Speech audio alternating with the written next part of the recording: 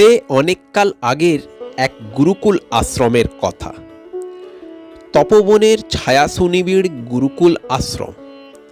আশ্রমের ধার দিয়ে বয়ে চলেছে ছোট্ট খরস্রোতা নদী।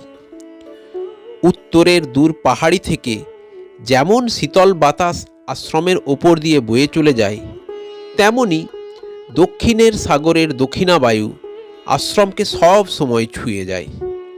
ফলত বাতাসের এই অবাধ বিচরণ আশ্রমে সবসময় একটা স্নিগ্ধ পরিবেশ বজায় রাখে। বায়ুর এই অবাধ বিচরণই যেন আশ্রমের প্রাণবায়ু স্বরূপ। আশ্রমের মেধাবী ছাত্র শান্তনু গুরুদেব ঋষভকে বললেন, গুরুদেব, আমি এক আশ্চর্য ঘটনা পর্যবেক্ষণ করেছি। গুরুদেব স্বাভাবিকভাবেই কৌতূহল সুলভ ভঙ্গিতে জানতে চাইলেন, কি এমন ঘটনা? শান্তনু বলল, নদীর ধারের সুবিশাল অশ্বত্থ গাছটির দুটি পাতা, যারা প্রায় সর্বোচ্চ বিন্দুতে অবস্থান করছে এবং দুজনেই বাধাহীনভাবে বাতাসে আন্দোলিত হওয়ার সুযোগ পায়।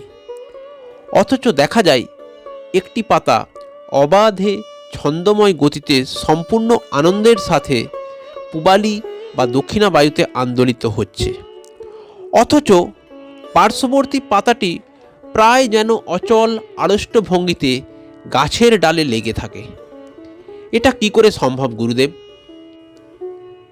গুরু ঋষভ স্বাভাবিক কৌতূহলবশত শান্তনুর সঙ্গে সেই নদীর তীরবর্তী অশ্বত্থ গাছের কাছে গেলেন এবং শান্তনুর নির্দেশ মতো উক্ত পত্রদ্বয়কে ভালো করে লক্ষ্য করলেন এবং বাস্তবিকই তিনিও অবাক হলেন।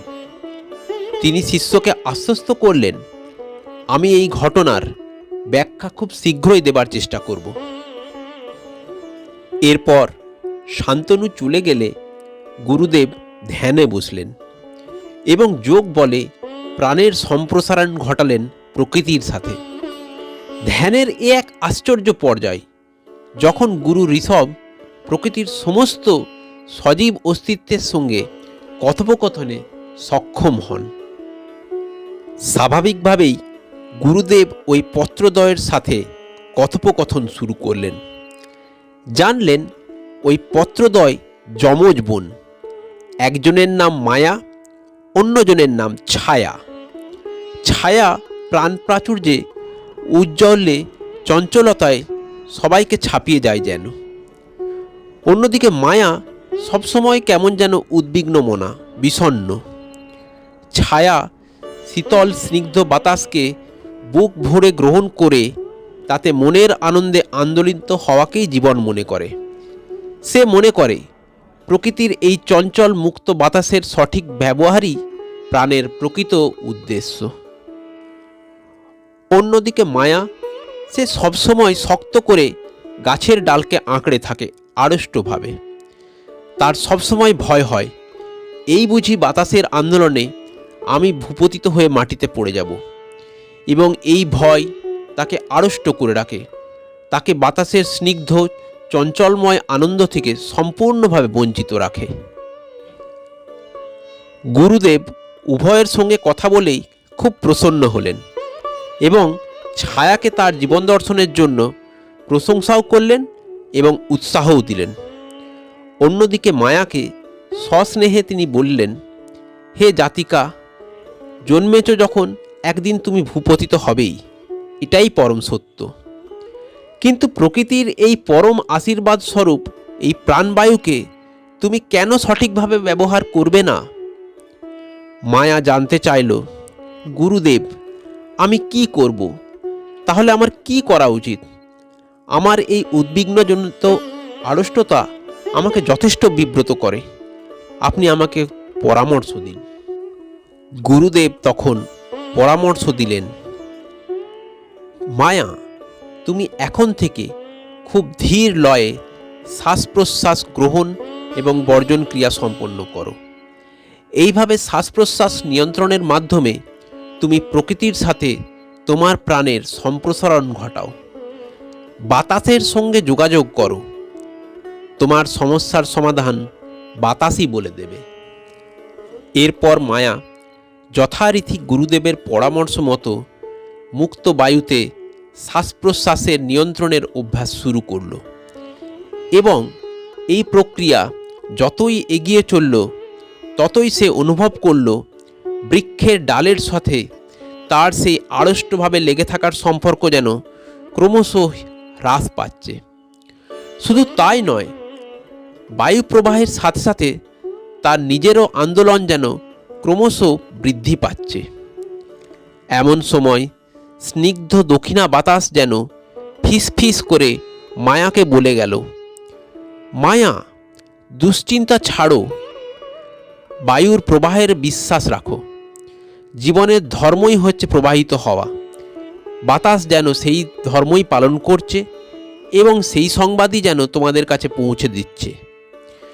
তার জন্য মুক্ত বাতাসে স্বাভাবিকভাবে শ্বাসগ্রহণ প্রক্রিয়া সম্পন্ন করো, বাতাসকে উপভোগ করো, দেখো জীবন কত আনন্দময়। বাস্তবিকই বাতাসের এই সুপরামর্শে মায়ার উদ্বিগ্নতাজনিত আড়ষ্টতা ক্রমাগত হ্রাস পেতে পেতে একেবারে সম্পূর্ণ লোপ পেল। মায়াও ছায়ার মতো প্রাণচঞ্চল এবং ছন্দময় গতিতে বাতাসের প্রবাহের সাথে মনের আনন্দে এরপর থেকে আন্দোলিত হতে লাগল। পরিশেষে শিষ্য শান্তনু গুরুদেবের কাছে সমস্ত ব্যাখ্যা জানতে পেরে অত্যন্ত পুলকিত হল এবং শ্বাসবায়ুর প্রকৃত ব্যবহারের উদ্দেশ্যে প্রাণায়ামের অভ্যাসে মগ্ন হলেন। প্রিয় বন্ধুরা, এই পর্যন্ত শোনার পর আপনারা নিশ্চয়ই আন্দাজ করেছেন এটি একটি নীতিমূলক গল্পের প্লট মাত্র, যার সাথে আমাদের ইতিমধ্যেই কৈশোরকালে যথেষ্ট পরিচিতি হয়েছে। তবুও আজকের বিষয় সম্পর্কে উপস্থাপনা হেতু যদি একবার কোনোভাবে আমরা কৈশোরকালে চলে যেতে পারি তাহলে আর খারাপ কি? ঠিকই ধরেছেন, আজকের বিষয় শ্বাসের ব্যায়াম, প্রাণায়াম। সংস্কৃত শব্দ প্রাণায়াম দুটি শব্দের সমন্বয়ে গঠিত, প্রাণা এবং ইয়াম। এখানে প্রাণা অর্থাৎ প্রাণবায়ু বা শ্বাসবায়ু এবং ইয়াম যার অর্থ সংযম বা নিয়ন্ত্রণ, অর্থাৎ শ্বাসবায়ুর নিয়ন্ত্রণের অভ্যাসকেই প্রাণায়াম বলে। মনে করা হয় শ্বাস প্রশ্বাসের নিয়ন্ত্রণের মাধ্যমে প্রাণবায়ুর প্রকৃত ব্যবহারকে দীর্ঘতর করাই হল প্রাণায়ামের একমাত্র উদ্দেশ্য এবং এর মাধ্যমেই প্রাণের প্রকৃতপক্ষে প্রকৃতির সঙ্গে সম্প্রসারণ সম্ভব। এই প্রসঙ্গে বলাই বাহুল্য, প্রাণায়াম কিন্তু কোনো নির্দিষ্ট আসন বা ব্যায়ামকে বোঝায় না, বরং এটি একগুচ্ছ আসনের সেট হিসেবে আমরা একে ভাবতে পারি। বিভিন্ন ধরনের প্রাণায়ামের মধ্যে আমাদের কাছে সুপরিচিত প্রাণায়াম মূলত তিনটি: ভ্রামরী, অনুলোম বিলোম এবং কপালভাতি। তবে সব রকম প্রাণায়ামেরই মূল ধাপ তিনটি, যথা পূরক অর্থাৎ সঠিক পদ্ধতিতে শ্বাস বায়ুর গ্রহণ, কুম্ভক নির্দিষ্ট নিয়ম মেনে শ্বাস বায়ুর ধারণকেই বলা হয় কুম্ভক, এবং রেচক সঠিক নিয়মে শ্বাস ত্যাগের পদ্ধতিকেই বলা হয় রেচক। তবে বিভিন্ন রকম প্রাণায়াম থেকে থাকলেও এই ধরনের আসনের মূল উদ্দেশ্য শরীরে প্রাণবায়ুর অক্সিজেনের সর্বোচ্চ ব্যবহার। প্রিয় বন্ধুরা, আপনারা খেয়াল করবেন যে কোনো ধরনের প্রাণায়ামের ক্ষেত্রেই মূল উদ্দেশ্য হচ্ছে আমাদের শ্বাসক্রিয়ার প্রতি সক্রিয় সচেতনতা বৃদ্ধি। যে কারণে প্রাণায়ামের যে কোনো মুদ্রা অভ্যাসকালে সম্পূর্ণ আরামদায়কভাবে শান্ত মনে অবস্থান করাকে বিশেষভাবে গুরুত্ব দেওয়া হয়। এবার আপনি ভাবুন, অত্যন্ত আরামদায়কভাবে অবস্থানকালে শান্ত মনে আপনি যদি আপনার শ্বাস প্রশ্বাসের গতি এবং তার শব্দকে যদি অনুধাবন করার চেষ্টা করেন, আপনি খুব স্বাভাবিকভাবেই দ্রুত একটা আত্মস্থ অবস্থায় আসবেন, যা স্বাভাবিকভাবেই আপনার কনসেন্ট্রেশন বৃদ্ধির সহায়ক। পরন্তু আমরা পূরক কুম্ভক এবং রেচক এই 3 পদ্ধতিতে প্রাণবায়ুর বিস্তার বা এক্সটেন্সিভ ইউজের দিকে যাচ্ছি। ফলে স্বাভাবিকভাবেই সাধারণ সময়ের সাপেক্ষে অক্সিজেনের ব্যবহার এবং কার্বন ডাই অক্সাইডের সম্পূর্ণ নির্গমনকে আমরা সুনিশ্চিত করছি, যা একান্তভাবেই আমাদের স্বাস্থ্যকর অভ্যাসের মধ্যে পড়ে। দেখা গেছে মনের নেতিবাচক অবস্থায় রাগ, বিষণ্ণতা বা উদ্বিগ্নতা বৃদ্ধি পায় এবং এই বৃদ্ধির একটা অন্যতম কারণ হচ্ছে শরীরে অক্সিজেনের মাত্রা কমে যাওয়া। ফলে স্বাভাবিকভাবেই আমরা প্রাণায়ামের মাধ্যমে বাতাসে অক্সিজেনকে ম্যাক্সিমাম ব্যবহারের মাধ্যমে আমরা আমাদের শরীরের অক্সিজেনের চাহিদাকে পূরণও যেমন করতে পারি, তেমনি আমাদের নেতিবাচক অবস্থাকে আমরা কমাতে পারি।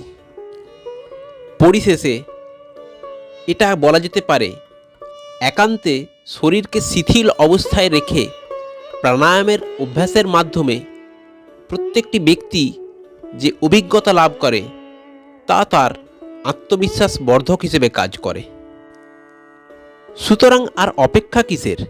দিনের নির্দিষ্ট সময় বের করে প্রাণায়ামের অভ্যাস শুরু করে দিন এবং প্রকৃতির অমূল্য দান এই প্রাণবায়ুর সাথে মনকে ভাসিয়ে দিন মায়া এবং ছায়া 2 যমজ বোনের মতন।